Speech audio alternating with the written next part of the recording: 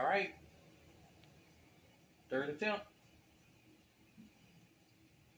Let's see how this goes. Diligent Progression's first reaction video. Now, guys, I watched this video already.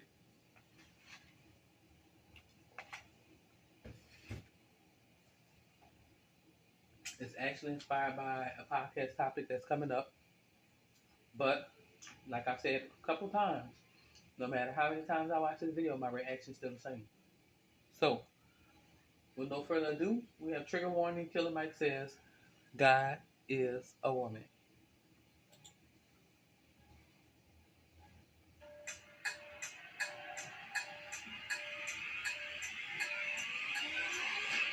You may know me as Killer Mike. I'm a Grammy Award-winning rapper, and my ideas are often controversial. The greatest hindrance that black people have is white Jesus. I want to see a black savior. I hear you loud and clear. Will you lead my religion? You ain't gonna get me struck by lightning. I'm trying to introduce people to new thoughts and concepts. Killer Mike. I want to know how difficult it is to truly live in the black economy. No racism, but you're Asian. And I'm only spending money in the black community for the next 3 days, so you ain't black. I can go buy a Hell's Angel t-shirt. What do Crips have so? The symbol feels a little bit more corporate. Yeah. No, I haven't worked with a gang before. This is first time for everything. All right, so that was a small glimpse of Trigger Warning with Killer Mike. It is a 6-episode Netflix original miniseries, and it's breaking stereotypes while looking at hot. And I had to pause this here. And since I found this video, we will be reviewing more of this series that Killer Mike has called Trigger Warning, that touches on a lot of what Diligent Progression's mission is in the black community and its focus: the black economy, education, gang culture, faith, and politics. Already, Trigger Mike. Killer Mike, you got me. Trigger Mike. You got a new nickname too. Button issues such as black economy, education, gang Trigger culture, Mike. faith, and politics.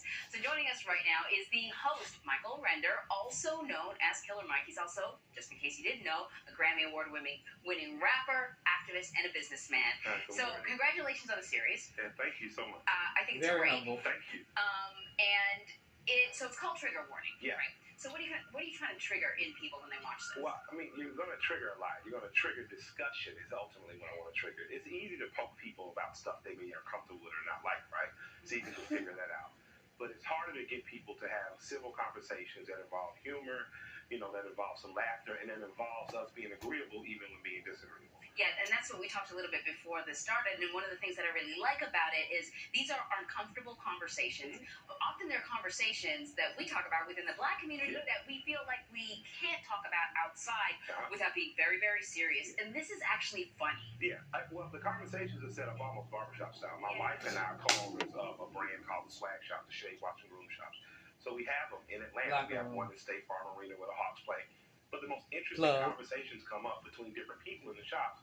And the shop provides a safe place. I wanted to take some of that energy into the television world.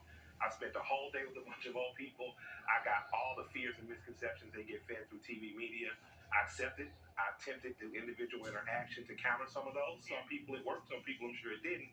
But I believe that that's really the cure for a lot of our ills. Individual interaction, building and befriending people who don't look like you or not from your economic, social, religious, or cultural background, because then you become an emissary for your tribe or an active member that engages with other people, and we begin to dispel a lot of stereotypes and engage as human beings. So true. So it's basically a series of social experiments, right? So I want to sort of talk about a couple of them. So the very first one is about black-owned businesses and keeping black money within the black community at least a little longer than it typically Pay attention to this part. I think we have a little bit of a graph because this is what really this was a trigger for me when I saw this. How long money stays within the white community, the Asian community. I don't know if we can pop that up, but within the black community. 28 days for the Asian community, 22 and 23 days for white and Jewish communities, 11 days for the Latino community, and 6 hours in the black community. So you try to live 3 days. 6 hours in the black community. Everybody else has days. It don't even stay in our community 1 day. you're spending your money within the black community. Yeah. Did you really sleep on a park bench? I did for a few hours. Oh, Really did not smoke marijuana for 3 days. That was hard. But no, I mean, I only sleep 4 or 5 hours a night. I'm an artist, so I gave it a good 3.5, 4, and then I But I couldn't believe that it was so hard to find a place to eat. Yeah, it was. In some places. Now, it didn't used to be, you know. Yeah. I'm not saying segregation was a good thing, but what it forced us to do was to use our dollar more within our own community. At the time of the Montgomery bus boycotts, a young old man just died who was the owner of the Black Alternative Bus Company. Well, his company, after integration and the dollar integrated out of our community, became a shell of what it once was. Right. I'm here to make sure that African Americans and the greater community know that the stronger the African American community is economically, the stronger the greater community becomes. The more tax money goes into the tax base, the better the schools around, and the more competitive goods and services you have. So when Harlem was popping during the Harlem Renaissance, it wasn't just black people supporting Harlem. It was all communities coming in to do whatever they were doing, whether it was seamstress work or clubbing or jazz, and leaving out. And that's what we should have our communities be again. We should have as many brown towns and follow the examples of Chinatowns, Koreatowns, and of the towns where people are our allies. I have Korean friends that take me to K-Town in LA. My friends show me the best restaurants. My friends drive Hyundais and use Samsung. Right. They keep their dollar in their community. We should be following. It's about a robust middle class, and if the middle class is strong, like you said, the greater community will be strong as well. You started your own church. Yeah, the church is asleep with my The best church friend. is asleep. Now, many people have probably, or maybe not, have heard the discussion about the image of Jesus and Yes. its accuracy or inaccuracies. That Jesus was he blonde? Was he brown? Yeah. And so you start The there. church But then of you take a sleep? departure almost right away. Yeah, well, I mean, a lot of these things start, like you said, in the middle of black people's living rooms and conversations. I remember my mother gave her a picture of a black What do y'all think about for her birthday. this? She put it behind the door. My mom today, she died. The image that you serve, if you don't see yourself in that image, it's going to be more difficult to see divinity in you. Yeah. So I started on a quest to diminish the Church of Black Jesus and to ask Creflo Dollar to become the Messiah of all black people leave Christianity. That was a hilarious interview. Yeah. He politely declined. But what I discovered on the quest is a lot of things you start personally. So I start from a black perspective. But what I begin to see is church, period, is failing us. Because the Jesus of the Bible was a radical. He was a protester. He was against government. He was against the tyranny of economic tyranny of the church at the time. And that doesn't just represent black people. That represents working class people, poor people, and people who need to have faith in a higher power, period. And what it led to was a conversation with Ariana Huffington about sleep, about spirituality, about a body's one's temple. You should be resting it. You know, when you're waking up for breakfast, you're breaking a fast. You're breaking a very holy thing. Those type of things apply to everyone. And to me, the original God or goddess was a woman. You know, if we are truly made in the image of a creator, a woman, and a black woman in particular, was the first to be here. Right. So we took it to the strip club. And we decided to invoke a pagan-like goddess worship. Many roads end up at the strip club. Nothing wrong with that. Oh, wow.